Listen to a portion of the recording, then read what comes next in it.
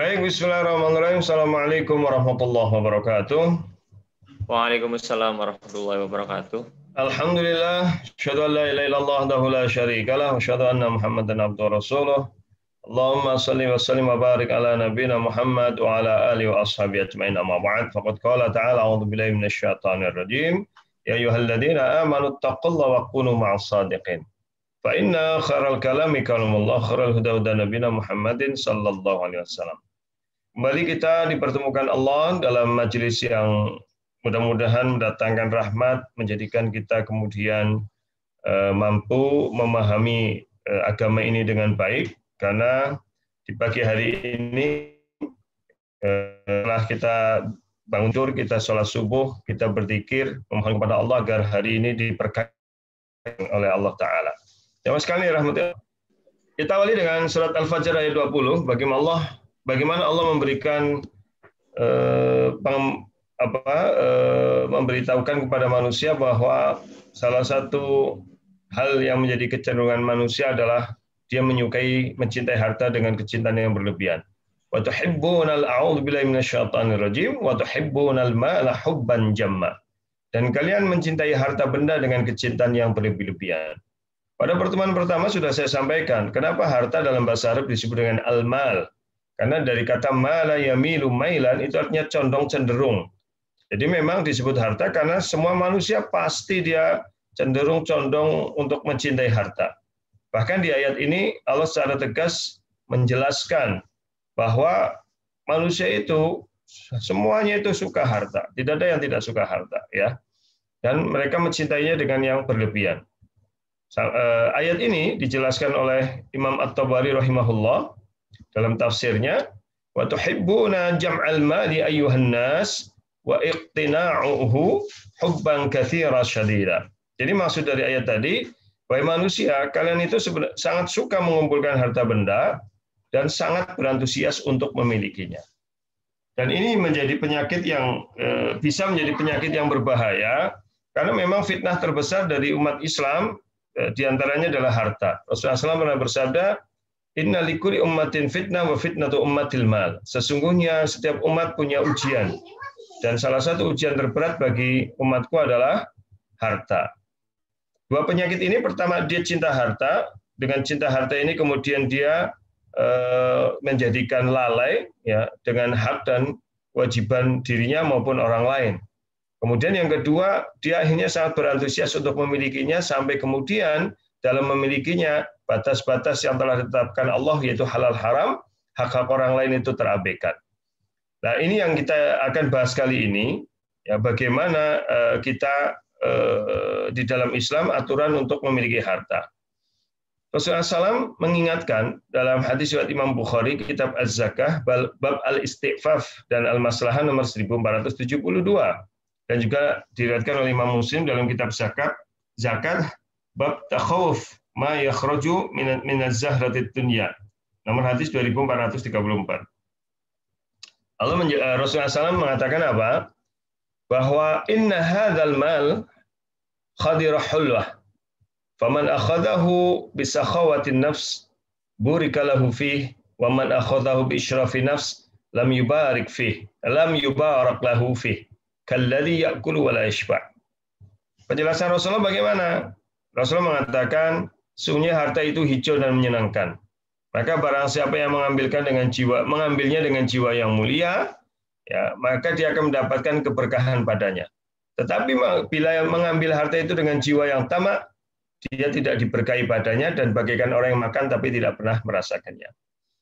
Ya, ini Rasulullah SAW memberikan pemahaman dasar tentang prinsip dasar dalam memiliki harta, yaitu milikilah dengan jiwa yang mulia, bahwa niat kita memiliki harta dalam rangka untuk menjalankan amanah Allah sebagai fasilitas hidup untuk bermegah-megahan.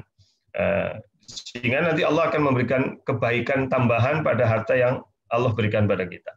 Tapi kalau kemudian kita mengambilnya dengan jiwa yang tamak, maka yang terjadi kita tidak peduli halal haram, hak orang lain, sehingga dicabut keberkahannya oleh Allah Ta'ala. Dan ini luar biasa, dalam keseharian kita sangat paham, bagaimana suami istri bisa menjadi ribut hanya karena harta, misalkan setelah mereka cerai ada gonogini ya. Kemudian kakak beradik itu bisa saling berantam dalam pengertian bertengkar, bahkan sampai ke pengadilan hanya rebutan masalah waris. Ya, padahal tidak pernah ada mantan kakak, mantan adik, harta bisa dicari. Apalagi nanti akan kita hayati bersama bagaimana Rasulullah SAW menjelaskan kalau sudah harta menjadi hak kita tidak akan kemana. Nek bahasa Jawanya ya, nek wis rezeki ini orang bakal mari ngendi. Cuma kita nggak yakin dengan itu. Karena kita tidak yakin, maka Allah juga membuat betul-betul tidak terjadi. Karena Allah Ta'ala menjelaskan dalam Rasulullah SAW menjelaskan dalam hadis qudsi, yaitu firman Allah yang bukan Al-Quran, yaitu ana inda dzanni 'abdi, aku menurut prasangka hambaku. Jadi kalau kita berprasangka tidak baik, ya Allah betul-betul akan memberikan pada kita sesuai dengan prasangka yang ada pada diri kita. Jadi seperti itu.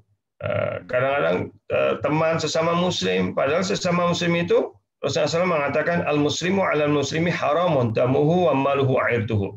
Seorang muslim satu dengan muslim lain itu haram darahnya, artinya tidak boleh disakiti, tidak boleh dibunuh. Kalau dibunuh dosa besar. Wa maluhu, haram hartanya. Ya, itu sesama muslim, apalagi saudara. Haram hartanya itu tidak boleh diambil dengan cara yang tidak benar. Ya, kemudian wa'irtuhu, dan haram kehormatannya, maka tidak boleh dicaci, dicela, diribai dan sebagainya. Nah, berikutnya dalam hadis riwayat Ibnu Majah, Rasulullah SAW menjelaskan supaya kita ini menjadi tidak tamak, yaitu kita menjadi jiwanya tenang.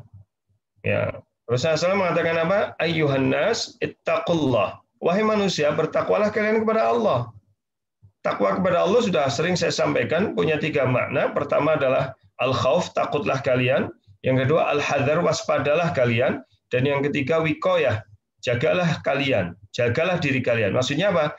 Takutlah kalian, waspadalah kalian, jagalah diri kalian dari membuat murka Allah, dari mendolimi hak diri sendiri dan juga hak orang lain.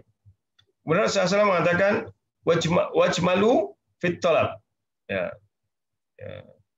Wa ajmilu ya. Wa ajmilu fit talab. Perbaguslah dalam mencari dunia.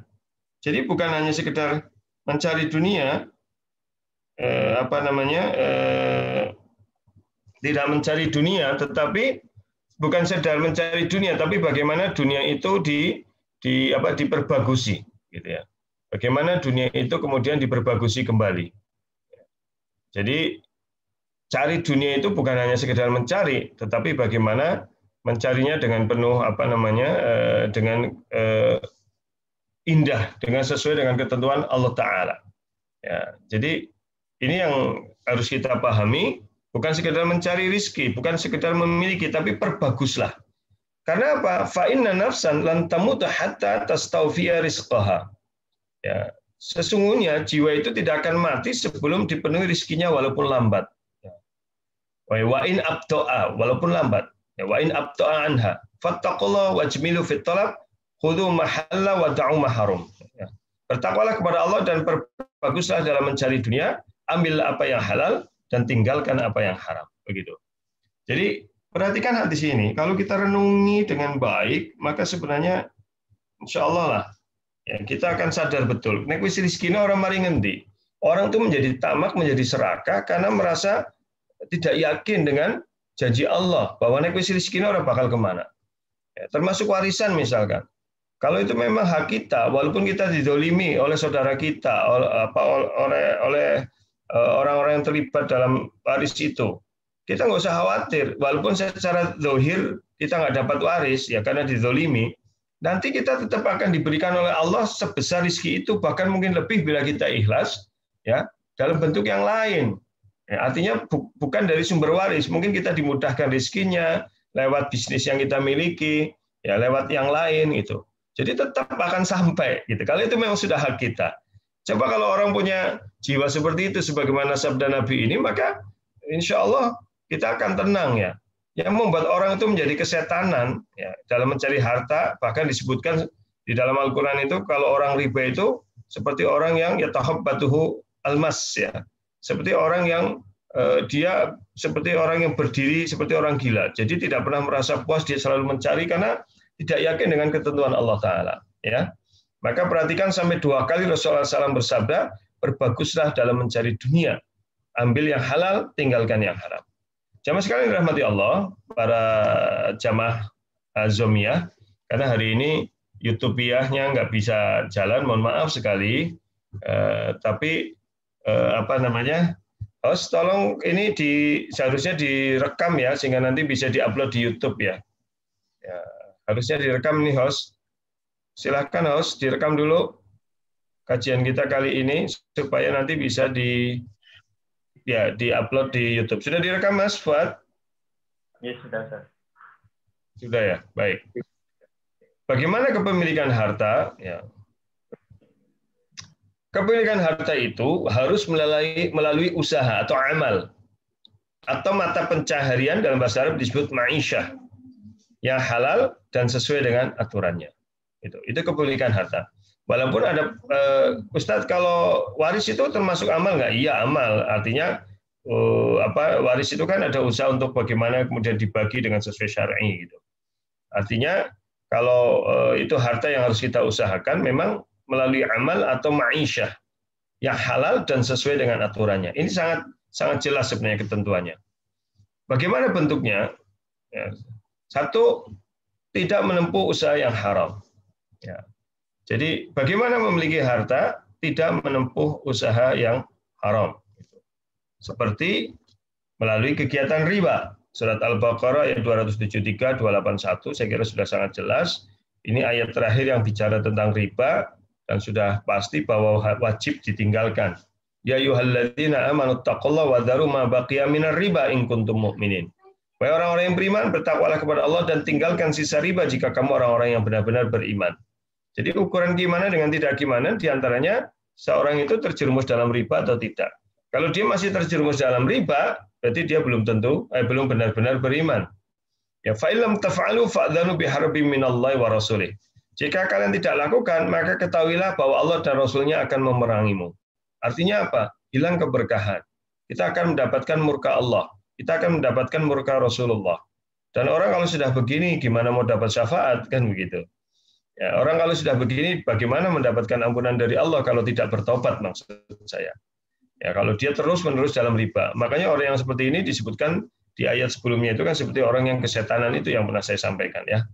Jadi ini harus kita pahami, wa in tubtum falakum ru'usu amwalikum. Jika kalian bertobat, maka kalian cuma punya hak pada pokok dari harta yang kalian miliki. La tadzlimun wa la tuzlamun. Tidak boleh menganiaya dan tidak boleh dianiaya. Ini masalah riba saya kira sudah jelas praktek-prakteknya. Baik. Yang kedua, perjudian. Sekarang saya mendengar di Purwokerto khususnya sedang marak judi togel lagi. Setelah ada pandemi, ini bahkan katanya anak-anak SMK, anak-anak SMA malah pada ngurumus togel. Padahal perjudian itu jelas-jelas dilarang di dalam Islam, termasuk dosa besar karena bisa merugikan hak orang lain. Dan juga bisa mematikan ekonomi keluarga. Ya ayyuhalladzina amanu innamal khamru wal maisiru wal ansabu wal azlamu rijzum min amali syaitan. Di ayat ini disebutkan bahwa yang namanya khamr, berjudi, berkorban untuk berhala, mengundi nasib adalah termasuk perbuatan syaitan.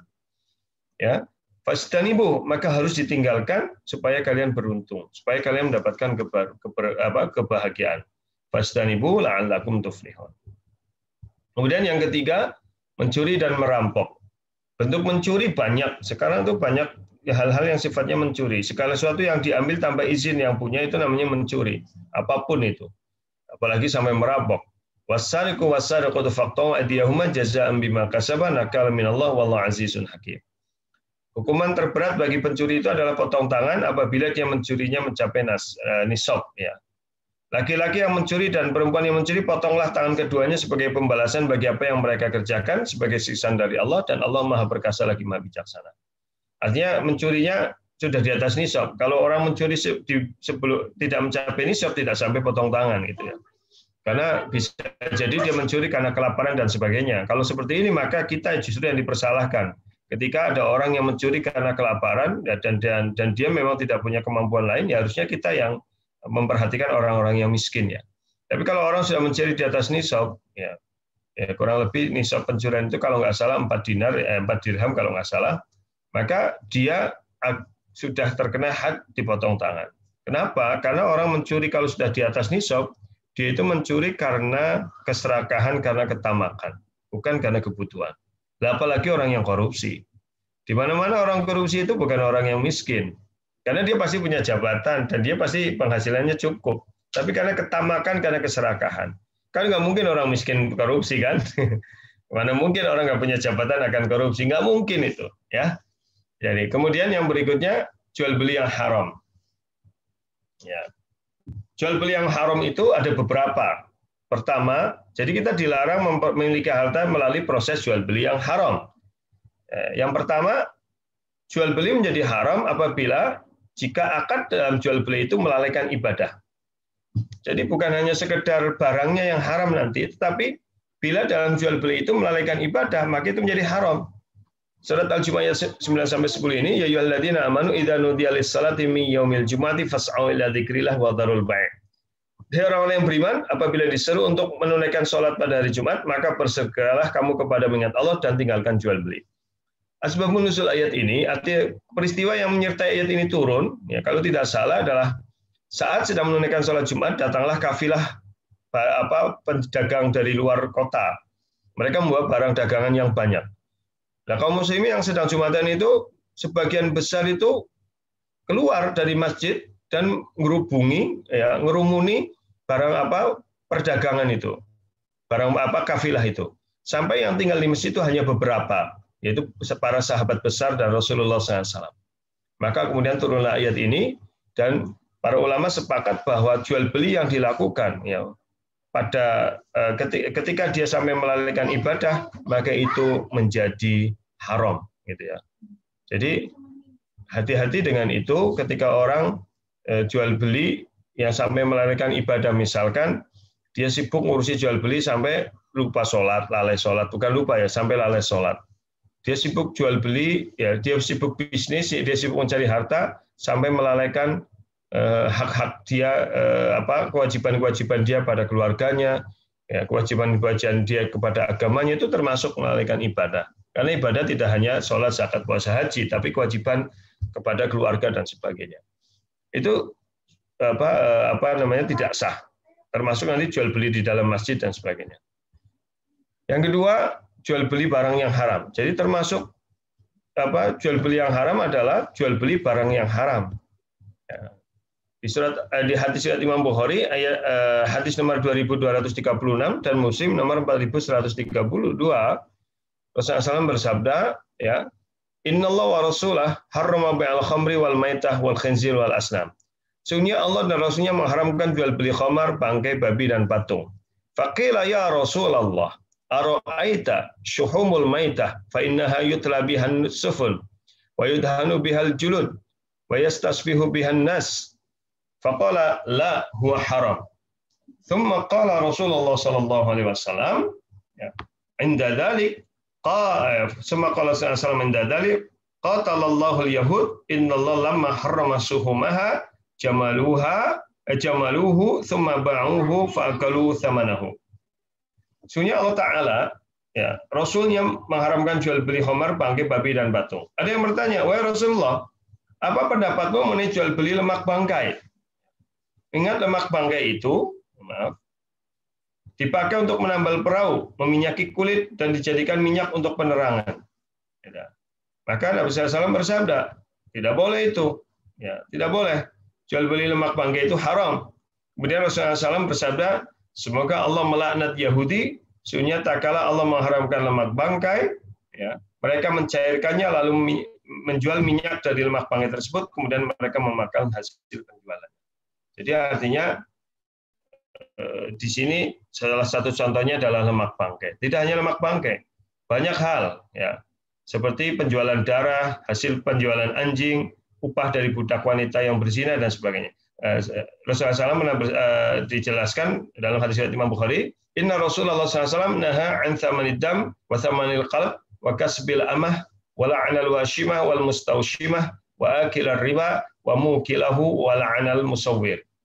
Rasulullah SAW melarang hasil penjualan darah, hasil penjualan anjing, dan upah dari budak wanita yang berzina. Ya, semua profesi yang haram, maka hasilnya juga haram.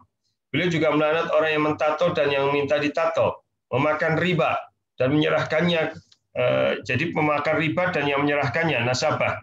Begitu pula tukang gambar makhluk yang memiliki ruh. Jadi ini yang apa namanya, yang diharamkan. Gitu. Tolong Mas host, ini banyak yang WA ke saya, tidak bisa masuk Zoom.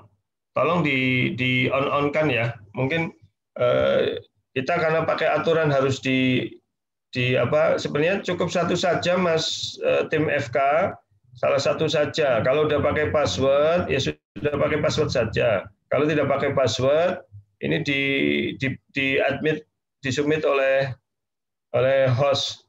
Banyak yang nggak bisa masuk ini.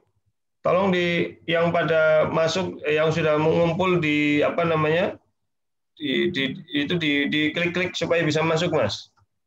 Iya, sudah. Ya, baik. Ya. YouTube juga siap. YouTube-nya sudah siap? Oke, sudah. Tapi terputus gimana? Nggak apa-apa? Nggak apa-apa, Ustaz. Ya, baik. Jadi sebentar, saya mute dulu untuk anukan yang di YouTube. Mas, tolong disampaikan beberapa pesan dari FK, Mas. Silakan. Saya mau share YouTube dulu. Oke, baik. Para jamaah yang dirahmati Allah, kami dari tim FK akan menyampaikan beberapa pengumuman terkait program yang ada di Ma'had Fastabiqul Khairat.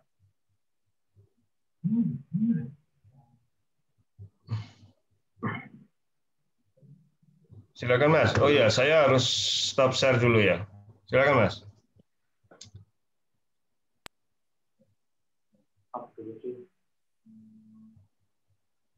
Bisa masuk nggak Mas? Saya lagi di-upload. Ya, yang pertama adalah infak operasional dakwah Ma'had Fastabiqul Khairat. Infak bisa ditransfer ke Bank Muamalat dengan nomor rekening 56300002175 atas nama Ma'had Masjid Fastabiqul Khairat. Kemudian kami Ma'had Fastabiqul Khairat juga sedang berikhtiar untuk membebaskan lahan dalam rangka pengembangan Ma'had Fastabiqul Khairat. Bagi jamaah yang berkenan untuk berinfak bisa ke rekening yang sudah saya sebutkan tadi. Selanjutnya, ya, kios FK kembali lagi bagi para jamaah yang membutuhkan keperluan sehari-hari bisa dipesankan ke store. Nanti akan kami antar langsung ke lokasi jenengan masing-masing, khususnya di sekitar Purwokerto.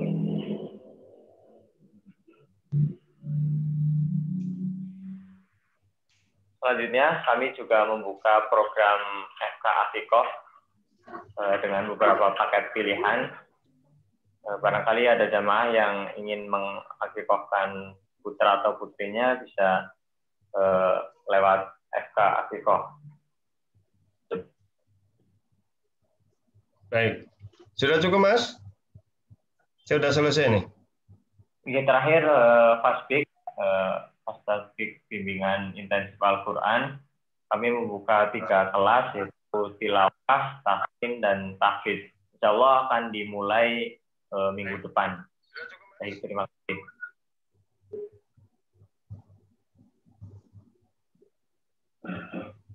Baik, sudah Mas. Baik Mas Bat, masih ada beberapa jamaah yang berusaha masuk tapi nggak bisa masuk, tolong diklik ya. Baik, tolong diklik Mas. Yeah. Baik, jadi tolong di standby untuk jamaah-jamaah yang baru mau masuk gitu. Ini 2244. Baik, saya lanjutkan. Yang berikutnya, mohon maaf tadi terputus jamaah karena alhamdulillah link YouTube-nya sudah bisa. Jadi nanti kalau yang tidak bisa masuk ke Zoom atau lebih nyaman dengan YouTube, bisa dengan YouTube. Lanjutannya, ya, termasuk di sini disebutkan apa? Jual beli yang haram itu termasuk di dalamnya segala, gitu. Jadi segala benda yang haram dan yang dimanfaatkan untuk tujuan haram, itu juga hasilnya haram. Dalam hadis riwayat Daruqutni dan Ibnu Hibban dari Ibnu Abbas, Nabi SAW pernah bersabda, Innallaha ta'ala idza harrama syai'an harrama tsamanahu.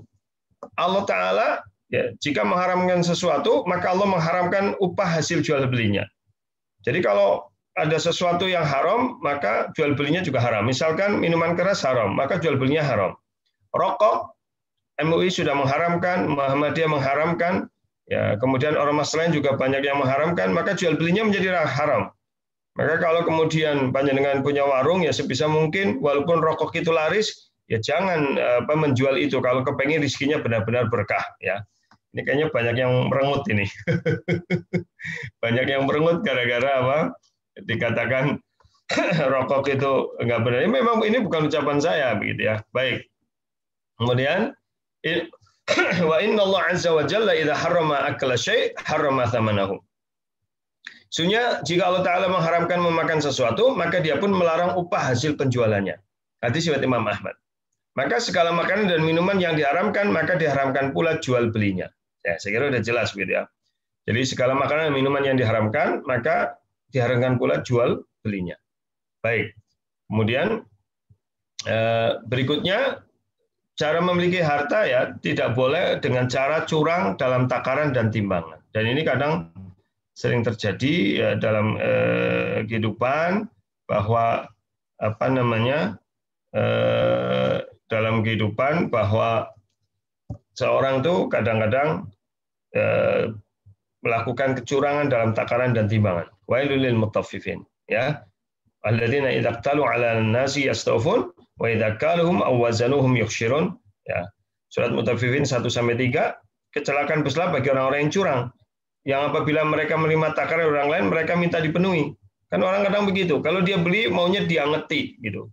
Bahkan wis cukup ya, tambahi gue diingeti, wis diingeti tambahin jaluk imbuh maning. Baru gue jaluk diskon. Tetapi bila mereka yang menjual, menakar atau menimbang, mereka mengurangi, nggak mau rugi. Nah ini yang banyak terjadi, ini tidak boleh, karena barang siapa melakukan itu, maka tentu ini akan mendapatkan tercabutnya berkah dari Allah Ta'ala. Kemudian yang berikutnya, memiliki harta tidak boleh melalui cara-cara yang batil dan merugikan. Dan ini banyak bentuknya. Cara-cara batil yang merugikan. Surat Al-Baqarah 188 memang bicara umum. Wala ta'kulu amwalakum bainakum bil batil. Jangan sebagian kamu makan harta sebagian lain dengan cara yang batil. Wa tatlu biha ilal hukam. Sampai kemudian memperkarakan itu ke hakim. Supaya kamu bisa memakan sebagian harta orang itu dengan cara dosa. Padahal kamu sebenarnya ngerti kalau itu nggak benar. Dan ini banyak terjadi karena ada jiwa tamak. Jadi cara-cara yang batil itu banyak bentuknya lah ya, gitu. Banyak sekali bentuknya, luar biasa. Nanti ya mungkin suatu saat nanti karena hari ini kita nggak bisa tanya jawab, mungkin nanti akan kita jelaskan pada pertemuan yang akan datang. Kemudian melalui suap menyuap, wah ini ngeri sekali. Rasulullah SAW mengatakan dari Abdullah bin Umar, ini salah, ini mohon maaf kebalik ini, dari Abdullah bin Umar, qala la'ana Rasulullah SAW ar-rasi wal murtashi. Rasulullah SAW melaknat yang memberi suap dan menerima suap. Jadi orang yang menyuap dan menerima suap itu sama-sama dilaknat oleh Allah. Dan prakteknya di masyarakat kita luar biasa yang namanya suap itu. Ya, maka hati-hati dengan itu. Bahkan hadiah bagi pejabat pegawai karena kedudukannya, maka itu menjadi haram. Rasulullah SAW dijelaskan dalam riwayat Sahih, telah menceritakan kepada kami Ali bin Abdullah, telah menceritakan kepada kami Sufyan Az-Zuhri. Dia mendengar Urwah telah mengabarkan kepada kami, Abu Humaid As-Sa'di mengatakan, pernah Nabi SAW memperkerjakan seorang dari Bani Asad yang namanya Ibnul Lutbiyah untuk mengurus zakat. Jadi Ibnul Lutbiyah itu Rasulullah pekerjakan untuk urus zakat. Tentu karena ngurus zakat dia sudah digaji kan. Kemudian setelah dia suatu saat dia datang sambil mengatakan, ini bagimu, ini hadiah bagiku. Ini bagimu itu maksudnya ini loh hasil pungutan zakat.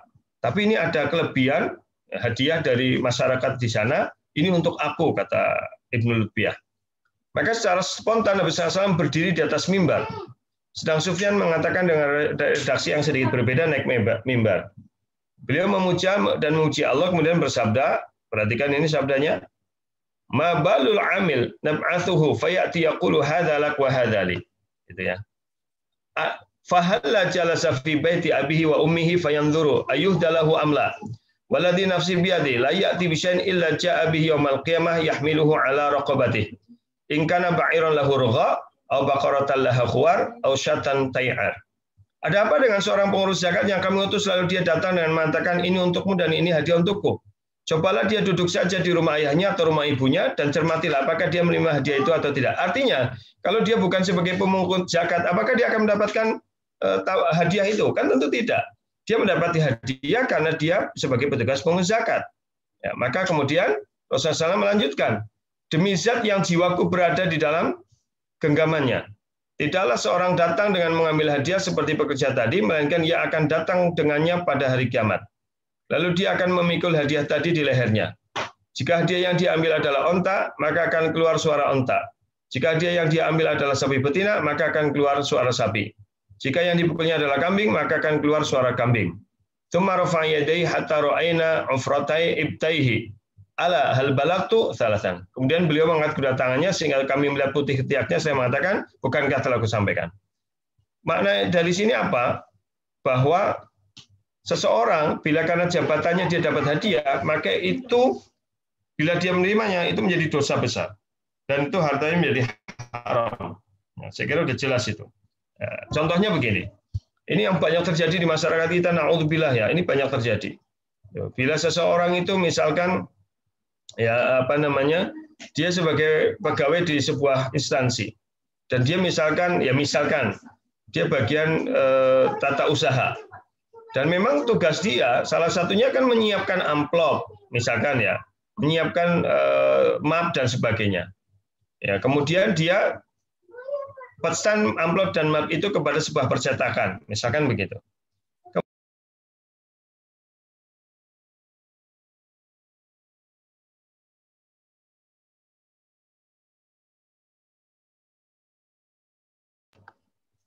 Ya, kok saya dimatikan, Mas? Host? Saya jangan dimatikan, Mas. Soundnya kok dimatikan ini. Baik, sudah terdengar suara saya, Mas Fuad? Sudah. Ya, tadi dimatikan ya? Baik. Enggak kok, Ustaz. Ya, saya ada tulisan mute tadi. Dimatikan saya. Baik, saya lanjutannya. Kemudian dia dikasih uang sama percetakannya. Ya, kemudian dia terima. Bahkan sekarang malah nggak malu-malu. Dia yang minta, termasuk catering. Ada orang yang di sebuah kantor, dia memang tugasnya untuk membeli catering. Dan dia sudah digaji dari itu. Tetapi kemudian dia minta ke catering itu hadiah. Atau dia misalkan dari harga catering 11.000, ya kemudian dia ambil lagi, jual lagi keuntungannya. Dan dia laporannya misalkan 13.000. Ini sama aja. Kalau yang pertama hadiah dari cateringnya atau dari ini contoh loh, ini yang catering jangan marah ya, contoh itu. Atau kemudian dari percetakannya. Ya, kenapa tujuan dia ngasih hadiah? Tentu supaya nanti besok dia pesan ke situ lagi, gitu kan? Nah, ini namanya riswah. Dan ini malah sekarang nggak malu-malu tadi justru mereka yang minta, gitu. Bahkan minta kwitansi kosong. Dan ini luar biasa. Ini hal begini luar biasa. Maka ini hartanya menjadi haram. Dan selalu saya sampaikan, hati-hati wahai para suami, ya, atau siapapun. Kalian kalau mencari harta dengan cara seperti itu, kemudian menghidupi diri sendiri, dimakan istri, dimakan anak, bagaimana jadinya? Memang kelihatannya secara rezeki banyak, tapi justru banyak dia akan menyengsarakan kita. Karena seplokan saja makanan yang kita makan ke mulut kita, satu plokan, ya, itu akan menyebabkan ibadah kita tidak diterima berapa 40 hari. Satu plokan haram dan doa kita tidak didengar oleh Allah dan daging yang tumbuh dari harta yang haram maka itulah yang menyebabkan bahan bakar neraka. Coba direnungkan baik-baik ya, kalau kita mau mikir jauh ke depan itu, kenapa doa kita jarang kelihatannya susah dikabulkan, kenapa anak kita kok susah diomongi, kenapa istri kita kok sering nuzus durhaka pada suami, atau kebalikannya kok suami saya kok begitu, karena misalkan jenengan ikut bekerja dan sebagainya. Kalau hartanya haram, maka yang terjadi seperti itu. Jadi ngeri sekali. Apalagi kalau sampai menafkahi istri yang sedang hamil. Bagaimana janin yang tumbuh besar dari harta yang haram yang kalian berikan pada istri-istri kalian. Nah, ini mengerikan sekali. Nah, berikutnya, ini udah habis waktunya, mohon maaf. Bahkan dalam riwayat Ahmad, Rasulullah SAW mengatakan, hadayal ummali ghulul. Hadiah bagi para pejabat pekerja adalah ghulul khianat. Artinya hadiah karena jabatannya, gitu, bukan karena yang lain. Jadi harusnya bagaimana? Saya pernah terjadi. Saya jujur aja, saya pernah terjadi. Ketika saya mendapatkan tanggung jawab tertentu, waktu itu komputer belum canggih ya, kita belum bisa bikin sendiri, sehingga kemudian kita harus cetak ke percetakan. Kemudian dari percetakan ngasih uang ke saya masih ingat itu. Masih ingat. Jadi waktu itu 750.000, ya saya dikasih 150. Saya tanya, ini apa ini? Terus dia juga bingung. Terus dia kayak gimana gitu. Enggak, itu buat Bapak itu. Loh, kok buat saya? Saya nggak mau, kalau buat saya ini apa gitu. Terus dia ngomong lagi, enggak Pak, itu diskon. Ya kalau diskon, tolong ini kwitansinya dibetulin. Ini kwitansinya masih 750, tolong ditulis 600. Enggak Pak, enggak, itu pokoknya buat Bapak lah. Ya nggak bisa begini Bu. Ya saya bilang nggak bisa gitu. Kemudian, terus gimana ini uangnya Bu? Terus udah pokoknya itu udah keluar Pak, gimana? Ya udah, saya minta kwitansi baru. Kemudian saya kasihkan uang itu kepada kantor, kemudian uang itu menjadi kas kantor.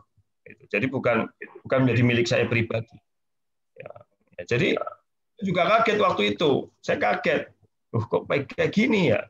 Saya dulu waktu jadi aktivis di pondok, kemudian saya waktu itu jadi sekretaris, kalau nggak salah saya lupa dulu, tapi kalau nggak salah saya pernah jadi sekretaris Ikatan Pelajar Mata Watonia Islamiyah di Kebarongan dulu. Kemudian saya harus beli kertas, beli peralatan tulis, saya belinya di Prokerto. Dan waktu itu saya coba toko. Saya masuk ke toko itu, setelah saya beli banyak, terus saya dikasih amplop. Setelah saya buka isinya kwitansi kosong, sudah ada stempelnya. Nah, saya kan itu nanya, ini buat apa ini? Itu. Udah itu nanti kamu tulis aja di situ, kamu harganya bikin sendiri. Astagfirullah. Jadi malah diajari sama tokonya itu. Jadi memang kayaknya hal-hal itu saya mikir ya. Saya aja yang santri, yang siswa dikasih begitu. Bagaimana yang pegawai-pegawai? Pantesan saya bilang. Kadang-kadang luar biasa hal begitu. Nah ini mungkin banyak sekali. Mohon maaf waktunya habis. Saya nggak bisa lanjutkan karena saya sekarang di Tegal dan saya sekarang harus ngisi ke Brebes karena jam 6 saya harus sudah mulai. Sekarang waktu tinggal 14 menit. Mas Fuad, cukup saya pamit. Mohon maaf semuanya. Insya Allah ini belum selesai jadinya. Nanti pekan depan kita lanjutkan dengan harta yang membahagiakan bagian ke-6. Gitu ya. Dan tolong nanti tim, bismillah semangat. Kita upayakan segalanya supaya tidak terjadi hal-hal yang tidak kita inginkan. Jadi nanti semuanya bisa berjalan dengan baik. Demikian saya mohon diri. Aku lupa lihat wa astagfirullah rabbana fanfa'na bima 'allamtana subhanakallahumma bihamdik asyhadu an la ilaha illa anta astaghfiruka wa atubu ilaik. Assalamualaikum warahmatullahi wabarakatuh. Waalaikumsalam warahmatullahi wabarakatuh. Jazakallah khair kepada saudara yang telah memberikan materinya pada kesempatan pagi hari ini. Kemudian kepada seluruh jamaah kami mohon maaf karena keterbatasan waktu dari Ustaz Bintaraga yang beliau saat ini harus mengisi lagi di Brebes, maka pertanyaan-pertanyaan yang sudah masuk belum bisa dijawab saat ini. Tapi insya Allah sudah kami simpan dan di kesempatan minggu depan kami usahakan untuk bisa dijawab. Mungkin itu saja sesi ngapa pada kesempatan Ahad pagi kali ini. Apabila ada tutur kata yang kurang berkenan, kemudian ada beberapa kesalahan teknis di awal tadi, kami dari tim mohon maaf yang sebesar-besarnya. Ya, kemudian kami ulangi lagi, ada beberapa informasi terkait Mahad kami. Yang pertama, kami memberikan kesempatan kepada jamaah yang ingin berdonasi untuk kegiatan dakwah Mahad Tastabiqul Khairat, bisa mengirimkan infaknya ke rekening bank muamalat kami di nomor 5630002175. Kemudian kami juga sedang berikhtiar berusaha untuk membebaskan lahan dalam rangka perluasan Ma'had Fastabiqul Khairat. Kami juga membuka donasi infak kepada para jamaah di rekening yang sama atas nama Masjid Fastabiqul Khairat. Kemudian kami juga membuka kios FK, yaitu pelayanan untuk memenuhi kebutuhan keluarga sehari-hari. Nanti teknisnya pemesanan melalui WA, kemudian diantar ke rumah masing-masing atau ke rumah pemesan. Selanjutnya, kita juga membuka FK Akikoh, Barokah dan Syar'i dengan beberapa paket pilihan yang bisa jamaah pilih sesuai dengan budget yang diinginkan.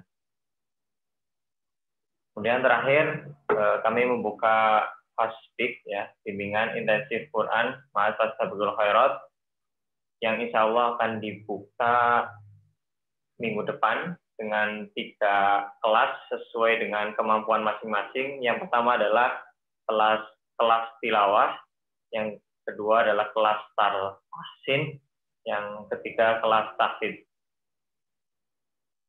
Baik, itu saja pengumuman yang bisa kami sampaikan. Kami ucapkan jazakallah khair kepada para seluruh jamaah yang senantiasa mensupport dakwah Ma'had Fastabiqul Khairat, baik melalui materi maupun partisipasi dalam kegiatan kami. Sekali lagi, kami ucapkan terima kasih, jazakallah khair, dan mohon maaf apabila ada tutur kata yang kurang berkenan. Kami tutup, billahi fisabilillah haq, fastabiqul khairat. Wassalamualaikum warahmatullahi wabarakatuh.